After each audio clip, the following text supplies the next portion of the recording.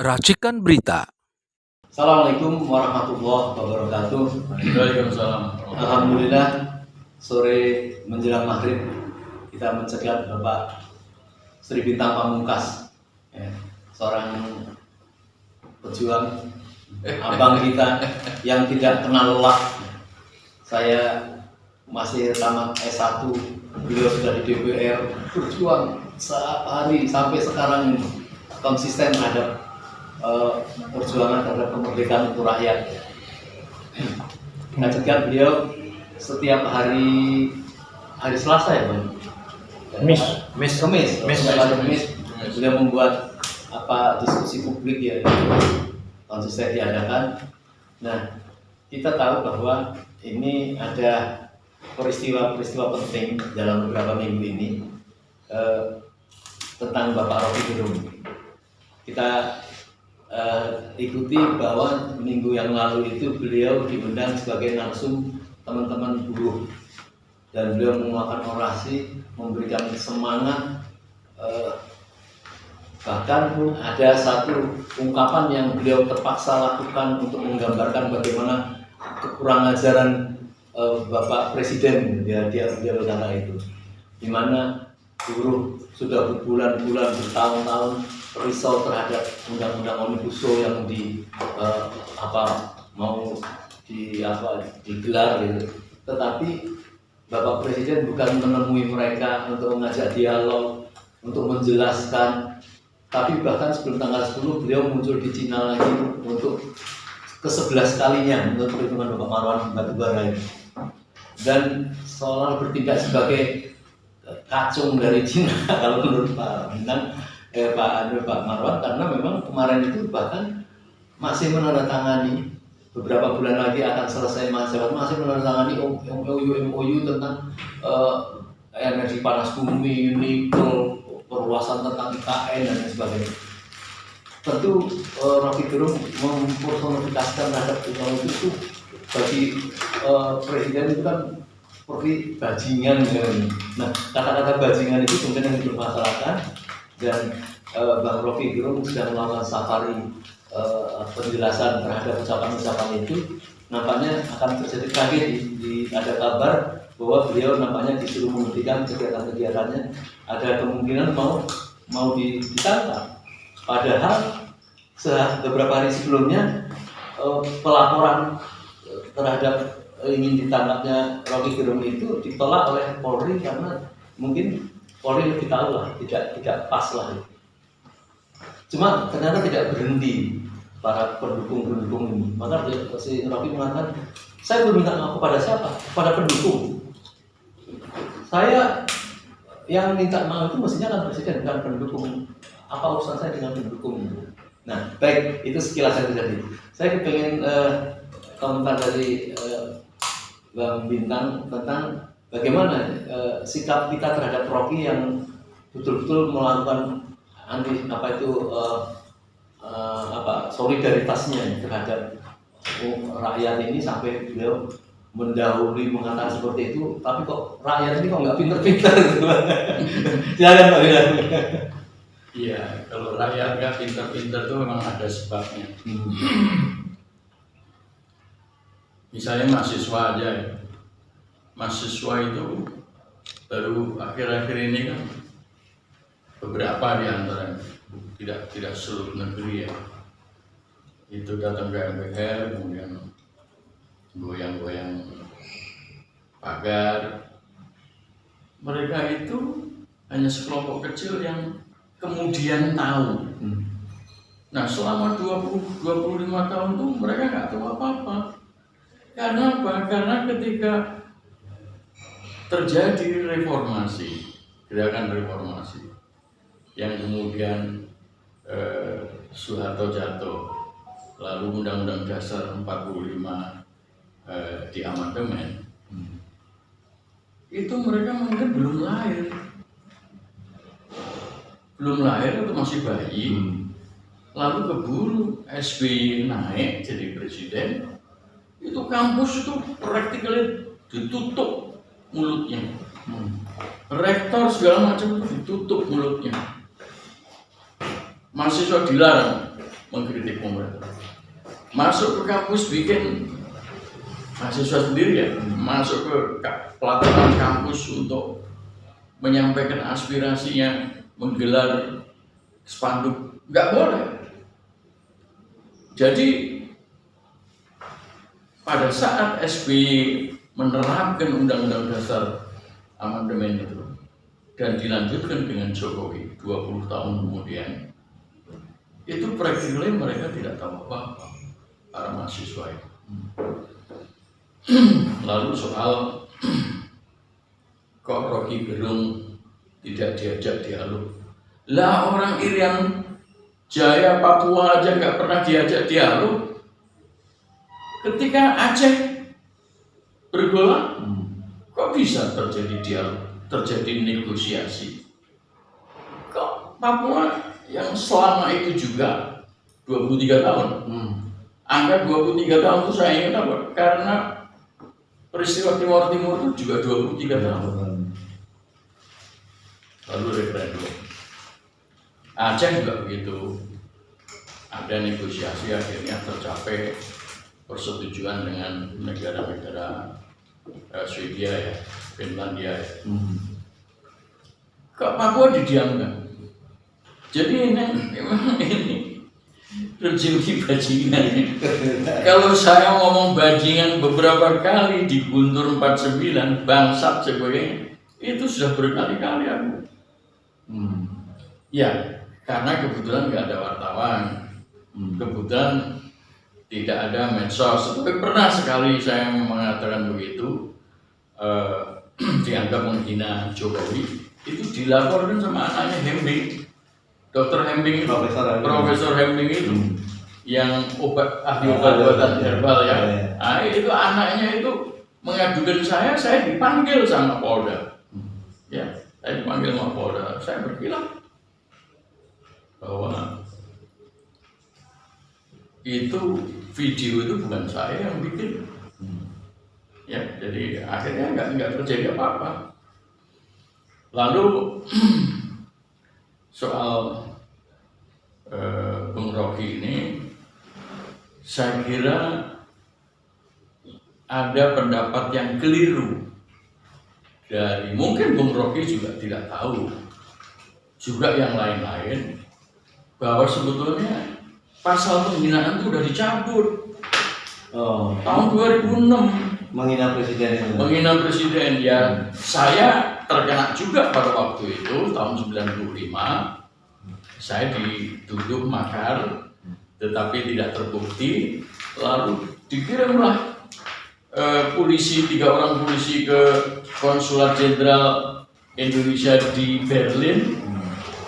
Di situ ada orang konsulat yang mengatakan memang Sri Bintang kesini, apa tuh namanya, dia kasih ceramah. Si polisi tanya, ada yang rekam pembicaraannya nggak? Oh ada.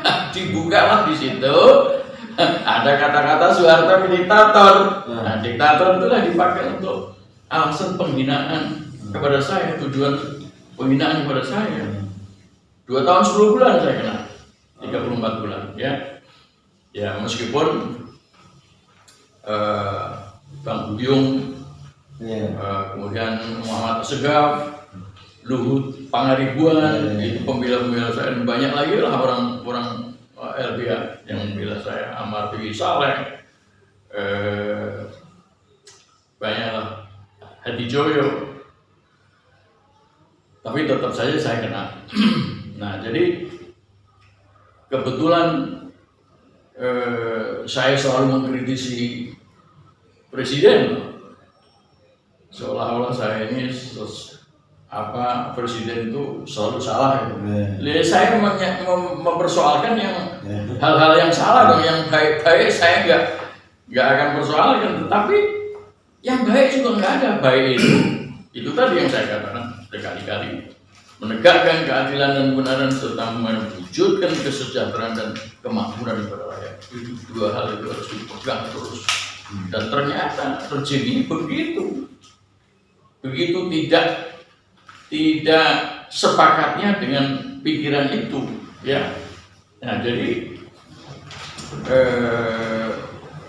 SBY pada waktu itu sama Yusuf Kala kita bikin balihonya gede, ya, kita pasang di 3 tempat bersama-sama dengan tukang-tukang ini bambu ya, dari Manggarai. Kita panggil suruh bikin kerangka untuk memasang baliho itu. Salah satu balihonya dibakar. Entah mungkin juga bukan lupis juga yang bakar. Itu gue ditangkap hampir 4 bulan. Saya itu bela. Ya. Jadi kalau misalnya ini Rocky Gerung dilaporkan, kemudian sudah ada jawaban dari Barreskrim bahwa tidak akan melaksanakan perintah dari permintaan dari Ramdhani dan kawan-kawan itu, kemudian si Ramdhani juga nggak tahu kalau pasal penghinaan untuk dicabut. Iya. Nah jadi kemudian sekarang ada kabar tetap didesak polisi untuk menangkap dan kabarnya mau ditangkap. Nah ini gimana konsistensi tadinya tidak ditangkap tapi setelah tekanan mungkin besar terus ditangkap, ini bagaimana ya? Ya memang kekuasaan kita itu begitu, sudah menguasai polisi-polisi yang sebetulnya adalah penegak hukum. Polisi itu penegak hukum. Jadi pertama, kekuasaan sudah bisa mempengaruhi polisi seperti itu, dan itu bukan hal yang kita tidak tahu, kita sudah tahu lama, ya kan? Ya terutama sejak Jokowi naik, itu polisi sudah dibayar lah oleh kekuasaan itu. Ya ada yang kasus Verdi Sambo, Sampai Minahasa itu siapa namanya? Teddy Minahasa itu menunjukkan bahwa duit itu sudah kita sudah royal kepada polisi itu. Yang kedua, polisinya sendiri memang sudah tidak mengharapkan sebagai penegak hukum. Itu karena Nafian kan dalam disertasinya mengatakan soal democratic policy. Ya, jadi demokrasi itu bisa berjalan kalau diawasi polisi, gitu. Mempolisikan demokrasi.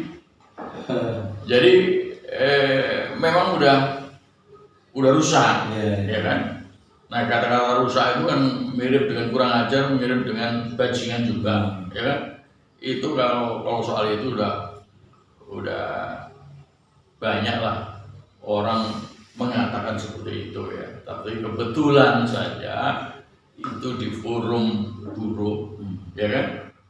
Si Mas Rocky ini kan di forum buruh lalu disorot oleh banyak media, ya kan? Nah, jadi ya bikin geram PDIP, Megawati, bikin geram banyak orang lah. Tapi mereka juga lupa. Megawati sama SBY itu memenjarakan banyak orang, belasan orang, mungkin puluhan, itu dengan tuduhan menghina. Nah setelah dicabut ya kemudian nggak ada lagi mestinya. Nah, ini baru kali ini terjadi. Itu pasal 134, 136 bis dan 137. Sebetulnya penghinaan kepada pemerintah juga sudah dicabut oleh seorang dokter yang kebetulan dituduh menghina pemerintah di Aceh, lalu habis tsunami dia membawa orang-orang yang tidak kebagian rumah itu mendemo si siapa itu namanya Kuntoro yang kepala otoritasan. Iya betul, otoritas pembangunan di sana pasca tsunami lah. Nah itu 154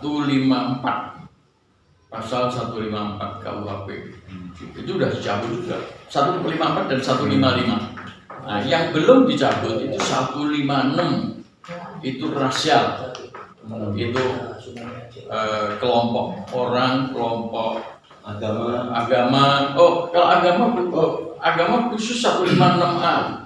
Oh iya. Ya itu Ahok itu kena 156A. Lalu yang belum dicabut juga menghina pejabat negara Ya. 207 itu juga belum dicabut. Nah itu yang kena itu Asma Dewi, dia mengatakan Menteri Pertanian itu poplak karena menyuruh orang makan kerang.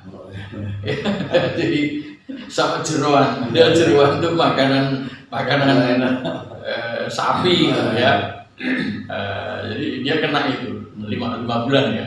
Baik, Bang Minang, itu kan kembang-kembang lah masalah rokok. Betul, ya. Ini masalah intinya kan semua orang fokus kepada acara puncak para buruh yang diperluas oleh masyarakat, yaitu tanggal 2 Agustus untuk meminta membatalkan undang-undang Omnibus Law. Padahal sebenarnya yang menjadi masalah bagi bangsa ini kan bukan undang-undang Omnibus Law saja, Iya. tapi bagus buruh ini dia hanya fokus kepada persoalan itu. Memang itu persoalan itu masalah mati hidupnya para buruh kan ya. Betul. Itu masalahnya. Betul. Presiden tidak sensitif terhadap masalah-masalah buruh itu. Iya. Nah, sebelumnya ada undang-undang Omnibus Law kesehatan itu kan juga para dokter-dokter sudah sampai turun, sampai udah mau ngapa lagi lah gitu. Iya. Si buruh ini kan seolah tidak mau dia nyerah begitu saja seperti kayak orang-orang perawat, kayak dokter lemah, dia pokoknya besok itu bertekad dan dikatakan kepada para buruh kalau tidak turun ya punya dicaci maki lah. Kalau takut di PHK maka nanti perusahaan yang menghentikan orang yang mem-PHK orang yang bekerja itu akan nah, kira-kira bagaimana prediksi Bang Bintang tentang protes mereka tanggal 10 Agustus itu, yang mereka tidak akan dibalik kanan kalau sampai tidak dipenuhi permintaannya. Jadi apa yang disampaikan Bung Rocky di pertemuan buruh itu ya, itu sebuah blessing in disguise ya, karena justru ucapan Rocky Gerung itu kata bajingan tolol bangsat kalau bisa saya tambahkan itu membuat kita semua mendukung unjuk rasa oleh buruh itu. Bukan Omnibus Law-nya saja, tetapi memang kesalahan daripada rejim ini sudah sampai puncaknya lah, sudah di luar akal. Nah, kalau mau bilang edan juga boleh, ya, sudah di luar akal itu. Dari bentrok di antara massa komponen bangsa, lalu ada PKI Kaya Baru, lalu ada ya di antara agama juga begitu, terjadi konflik.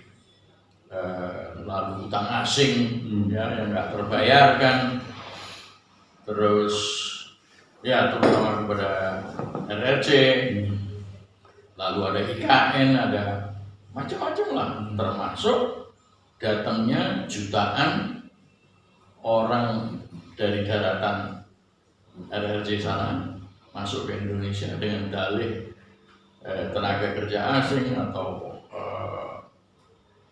turis ya, padahal ada indikasi tentara ya kan yang terlatih memang di sana ya, pada usia tertentu kan sudah harus wajib militer ya kan. Jadi nah selama ini kita kan jalan sendiri-sendiri, yang paling sering demo memang buruh ya, karena memang buruh itu adalah menurut saya tulang punggung ekonomi ya, dan yang paling menderita itu masa dari 4 juta ke 5 juta aja sampai bertahun-tahun ya kan, UMR ya kan, dan itu pun nggak cukup, nggak mungkin cukup. Jadi mestinya kelompok-kelompok di luar perburuan seperti mahasiswa dan pemuda pada umumnya itu harus ikut mendukung unjuk rasa para buruh itu, tidak hanya sekedar karena masalah ini adalah masalah yang dihadapi oleh buruh pada umumnya, tetapi juga rejim ini kan sudah gila, ya kan? Jadi dengan adanya ucapan Rocky ini, maka kita menjadi penyatu, ya, merasa terpanggil, ya. Mungkin memang punya maksud itu Rocky. Yang mengatakan seperti itu menghimbau, ayolah rakyat ini kita Rocky-nya kan tidak punya masa, ya. tetapi pikiran-pikirannya kan diserap oleh banyak orang. Nah, itulah yang kemudian menggugah mereka untuk ikut. Sudah saatnya kita ikut turun ke jalan gitu, ya. Saya sendiri tidak terlalu peduli dengan nasibnya si Bung Rocky itu, apakah dia bakal ditangkap, apakah dia bakal diadili atau enggak. Ya karena saya sudah ngalamin, sudah ngalamin, dan banyak juga yang sudah ngalamin seperti itu. Tidak terlalu istimewa lah, ya, situasi Bung Rocky itu.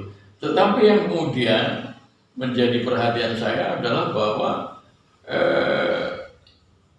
kok undang-undang pasal penghinaan yang sudah dicabut kok dipakai lagi gitu, ya kan? Jadi blessingnya itu adalah bahwa kemudian ini menyadarkan banyak orang, ya, yang juga sepaham dengan pikiran-pikiran Bung Rocky. Ini memang nggak bisa ditolerir lagi. Kita harus ikut membantu menjatuhkan Jokowi, ya kan? Kebetulan buruhnya sudah membuat deklarasi 10 Agustus, ya udah. Sebentar lagi kan ulang tahun Republik, 78 tahun Republik, kita cuma dikasih sisa-sisa seperti ini kan, ya kan? Itu sudah gila-gilaan. Jadi ya udah, itu pun kemudian. Jadi saya mendorong Rocky untuk tidak gentar. Kalau perlu ngomong lebih banyak lagi, ya kan? Dia dicekal di Erlangga, saya juga dicekal di banyak tempat itu. Tahun 95 itu saya dicekal di banyak tempat, ya. Tetapi di ITS kebetulan saya lolos itu pas memperingati 10 Desember hak asasi manusia, yang diundang sama ITS dan diterima rektor. Tapi sebelumnya saya ditolak sama 11 Maret di Solo, padahal saya orang Solo. Jadi dicekal itu bukan suatu kehinaan ya, malah bukan. Iya, Bung Karno diapain lah, dibuang gitu. Enggak, itu jempolan itu, ya, jempolan, ya.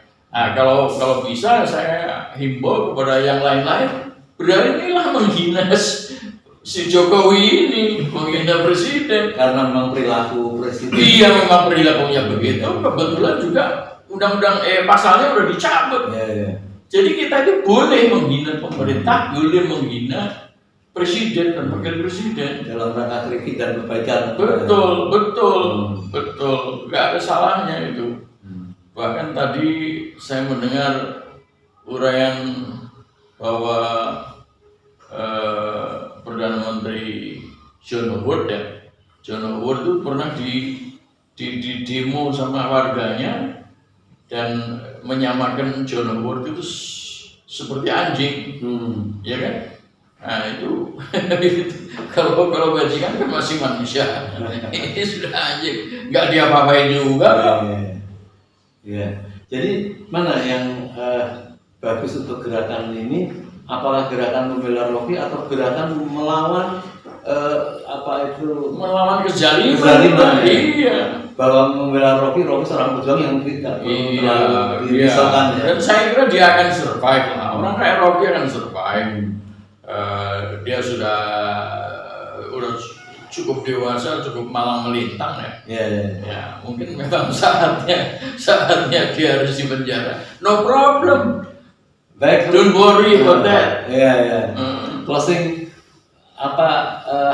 terhadap gerakan 10 saya meminta tentang penangkapan Rocky, closing dari saya meminta supaya elemen-elemen perlawanan yang berkuar-kuar di medsos jangan NATO. Jangan NATO. No action, talk late, ya.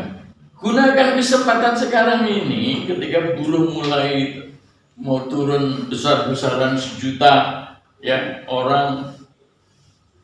Kalau orang sudah di tengah-tengah masa itu dia nggak tahu persis apa itu 100.000, 200.000 atau 1 juta, nggak tahu ya kan? Pokoknya cukup banyak ya. Dan itu setiap hari elemen-elemen perlawanan itu cobalah turun setiap hari tanggal 10, 11, 12 sampai jatuhnya Jokowi.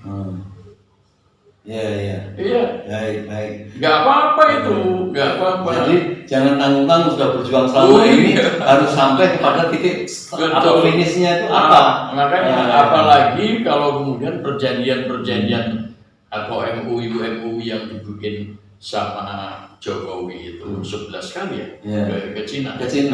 Itu saya nggak pernah dengar itu bahwa perjanjian itu kemudian disepakati oleh DPR. Kan harus ada itu. Harus ada itu. Ya termasuk undang-undang yang menggunakan IKN itu kapan prosesnya? Iya. Tahu-tahu disetujui sama MK. Nah, itu saya bilang Jokowi itu main kayu. Artinya tidak berdasarkan perundang-undangan yang sepatutnya dilakukan oleh seorang presiden.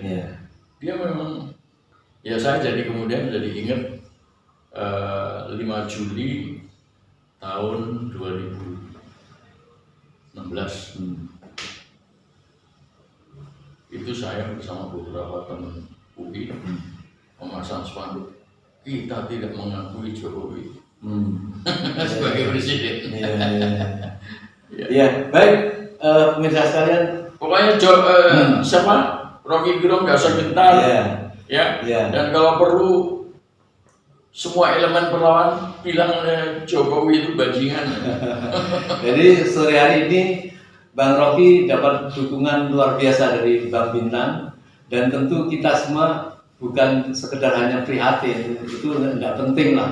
Tapi karena Bang Rocky juga tidak ingin diprihatini, beliau juga melawan, dan tentu kita para pejuang di lapangan malah kita harus malah kepengen salut dan bagaimana bisa berjuang beliau. Salut untuk kalau kemudian di penjara ya. Iya. Baik, semoga perjuangan kita sampai untuk menjadikan negeri ini jauh lebih bagus di tangan para pemimpin yang tidak berpihak kepada rakyat. Semoga perjuangan buruh tanggal 10 Agustus menemui titik akhirnya, jangan sampai terulang. Sudah berulang-ulang ya. Sekarang ini saya dengar para buruh-buruh dari Bandung, dari mana sudah mulai bergerak berjalan persis tanggal 10 nanti sampai sini. Diharapkan di tiap perjalanan itu bertambah buruh di mana-mana, kemudian berusaha menjadi simbol perjuangan perlawanan sehingga kita menjadi lebih baik.